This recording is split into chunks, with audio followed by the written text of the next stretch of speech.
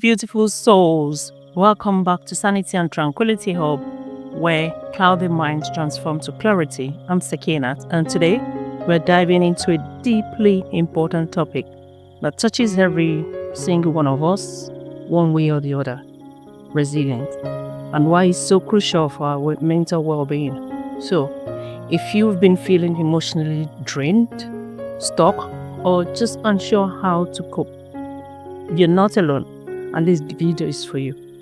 Here are 5 major points we'll be talking about today. 1. What resilience is. 2.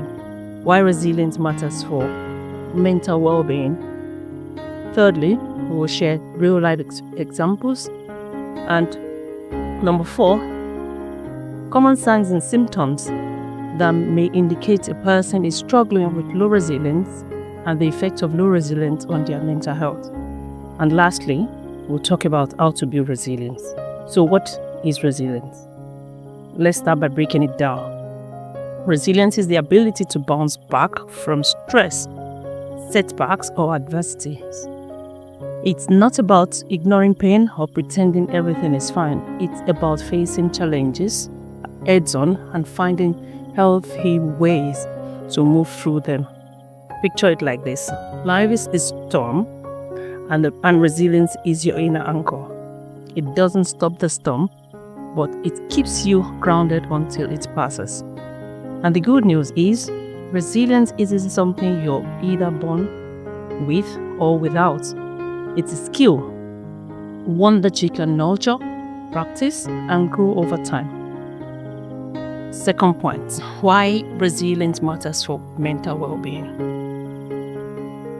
When we are resilient, we're better able to cope with stress, anxiety, grief, and even trauma. We don't get consumed by them. We learn to ride the waves. Here's why resilience is so important for our mental well-being. It reduces the risk of depression and burnout. People who develop resilience are more likely to stay mentally and emotionally balanced during tough times. It's important emotional regulation. It improves emotional regulation. You're less likely to spiral into panic or self-blame when you face hardship.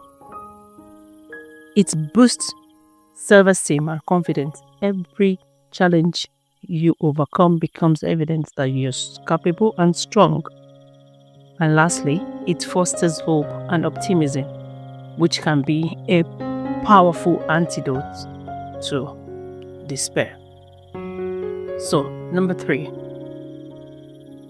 real life examples. So think of someone you admire, maybe a parent, teacher, or even public figure. Chances are they've been through something incredibly difficult and made it through.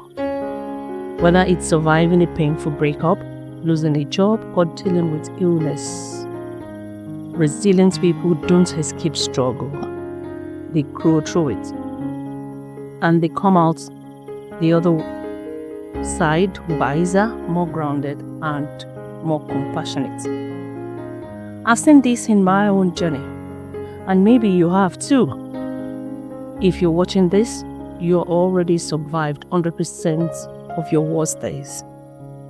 That in itself is a proof of your inner strength.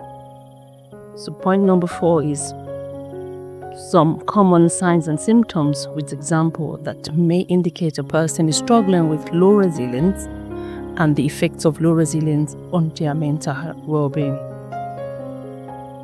Here are 4 major points: emotional signs and symptoms, mental and cognitive symptoms, behavioral symptoms, and 4th, physical symptoms.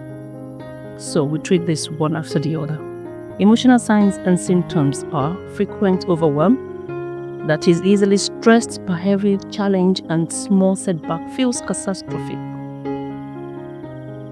Emotional reactivity, that is difficult managing emotions like anger, sadness, or frustration, and quick to cry, snap, or shut down. Persistent hopelessness, that is a deep sense of what's the point, and difficulty envisioning a positive future outcome. Low self-esteem, that is, constant self-doubt, harsh self-criticism, and feeling not good enough. So here are some mental and cognitive symptoms. Negative thinking patterns, which are tendency to catastrophize or expect the worst. Black and white thinking with no flexibility. Difficulty making decisions, that is, feelings paralyzed or over anxious about choices, even minor ones. Lack of motivation or focus, that is, trouble staying engaged, procrastinating often, or giving up easily. Here are some behavioral symptoms: avoidance or withdrawal, pulling away from challenges, responsibilities, or relationships, isolating instead of seeking help or connection, unhealthy coping mechanism, escaping through excessive screen time, substance use, and emotional eating, over-dependence on others, constantly seeking reassurance or guidance, difficulty standing independently in the face of adversity. The following are the physical symptoms: constant fatigue or exhaustion, mental or emotional exhaustion, feeling drained even after rest, sleep disturbances, trouble falling or staying asleep due to stress or racing thoughts, frequent aches or illnesses, that is, chronic stress from low resilience can weaken the immune system and manifest physically. So, point number 5. So, how do we actually build resilience? Let me share a few gentle yet powerful practices. 1. Practice self-compassion. Be kind to yourself. You're human. Ensure you're doing the best you can. Secondly, develop emotional awareness. Take time to name your emotions. Journaling or simply sitting with your feelings helps you process and not suppress. Thirdly, connect with supportive people.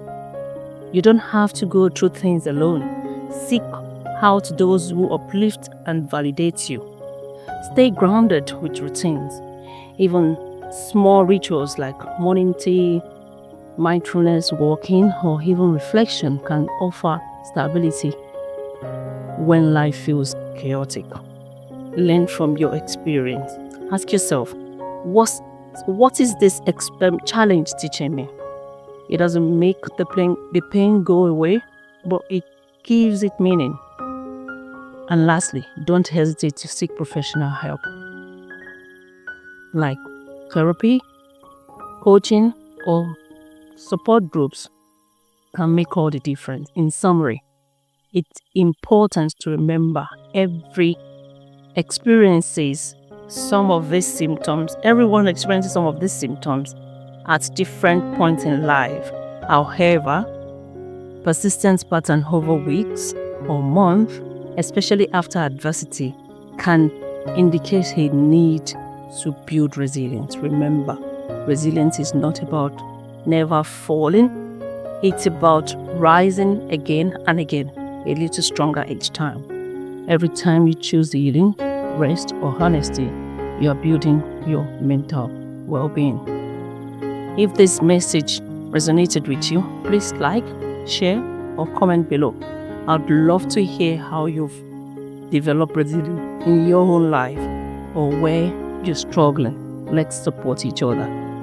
And don't forget to subscribe for more gentle guidance here at Sanity and Tranquility Hub. Until next time, take a deep breath and be kind to your beautiful